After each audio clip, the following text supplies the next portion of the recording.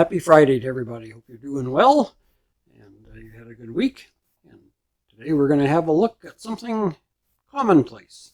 Although it's been replaced by a paper product in more recent years, everybody knows that wonderful thing that is called a facial tissue. Well, hello, Browan. Did you come to help tell the story? Did you? Yeah. Well, if that's the case, yeah, you think we should tell the story together? Can you say hi to everybody? There he is. There you are.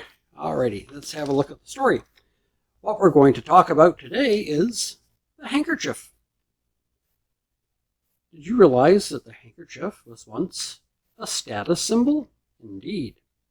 Understanding the handkerchief is not as simple as blowing one's nose. This square of cloth has had its social ups and downs throughout the ages, and many uses indeed. In Rome, 2 centuries before the birth of Christ, only the wealthy could afford the white linen sudorium, from sudor meaning perspiration. This piece of cloth was mainly used for mopping the brow. In later Roman times, waving a handkerchief was a way of voting on whether a defeated gladiator was to be pardoned or put to the sword. Handkerchiefs were also used to greet a person of rank or to applaud actors in the theater. Although an influx of foreign flax made these cloths cheaper, so that the ordinary Roman could afford them, the rise of pomp in the Christian church turned handkerchiefs back into status symbols. Eventually, they became a required part of clerical attire. In the Middle Ages, sudoria and aureoria, from the Latin os, meaning mouth, were visible in church and in coronation rituals. Some priests apparently were still confused because the church authorities specifically warned against blowing the priestly nose on the surplice or chasuble. During the Renaissance, handkerchiefs were items of fashion among the wealthy. Personal cleanliness was only one motive. More than that, handkerchiefs had to be beautiful so that they could be carried in the hand for show. Ladies had their portraits painted with a handkerchief held gracefully to attract attention to the beauty of their hands. In the 16th century, personal cleanliness was not a social imperative in the French court, so ladies carried little squares of cloth soaked in perfume. Henry III, king at the time, was fond of handkerchiefs, but his male subjects blew their noses through their fingers. Handkerchiefs have long been linked with love and courtship. In 17th century England, ladies gave their handkerchiefs adorned with buttons to their suitors. When King Charles II prohibited the importation of expensive, frivolous buttons, the result was widespread button smuggling. But it was snuff, not love, that made handkerchiefs commonplace. Snuff takers used them to keep tobacco from spotting their clothes. Having lost its ornamental value, the handkerchief was packed away in the pocket, where it has remained to this day. Just a little side tip. In the Ozarks, it was believed that if a young single lady pinned her handkerchief to a bush overnight, in the morning when the dew dried, the initials of her future husband would appear in the dried dew on the handkerchief. So there you go. So all you wanted to know about handkerchiefs, which have now been replaced with facial tissue, or as we more commonly call them, Kleenex. Well, I suppose now you think that having suffered through that bunch of stuff, you need to hear a groaner.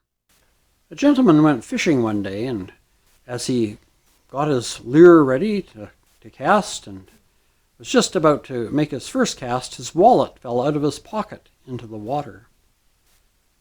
And right at that moment, a carp that was coming by grabbed the wallet and swallowed it. And as it swam away from the boat, a larger carp came and ate the first carp. And shortly after that, an even bigger carp came and ate the carp that ate the carp that ate the wallet. And that's how carp-to-carp walleting began.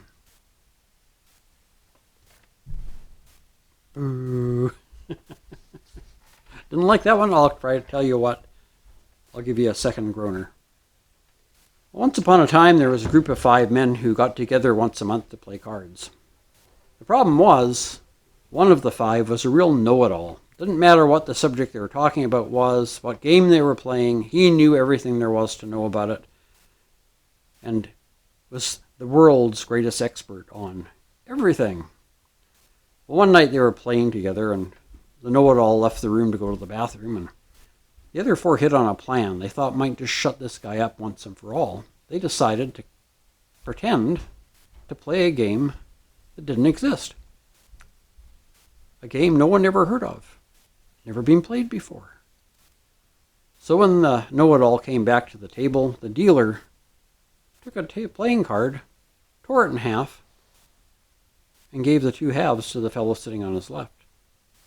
Then he took 3 cards and tore the corners off them and he put them in front of the guy sitting directly across the table from him. And then he took 5 cards, tore them into quarters, and put the 15 pieces in front of the man on his right. So he kept 5 of the quarters for himself. He looked around the table and he said, "I've got a mingle. I'll bet $1. The man sitting to his left said, "Well, I've got a snazzle. I'll raise you $1. The third man looked at the card pieces, the 15 quarters of the cards in front of him and said, I fold. The fourth, after due deliberation, said, "I've got a farfel. I'll raise you $2. The know-it-all shook his head vehemently and said, "You're crazy! You're never going to beat a mingle and a snazzle with a lousy farfel." There you go. Hope you enjoy your weekend, and we'll see you on Tuesday for Tuesdays with the Pilgrim. By the way, on Tuesday I'll put in the description box a link to my spring store. I now have a mug for Tuesdays with the Pilgrim. And if you want to have your coffee from that while you're watching Tuesdays with the Pilgrim, you can order one from them. So anyway, until Tuesdays, we'll see you for that. Take care, stay safe, and God bless.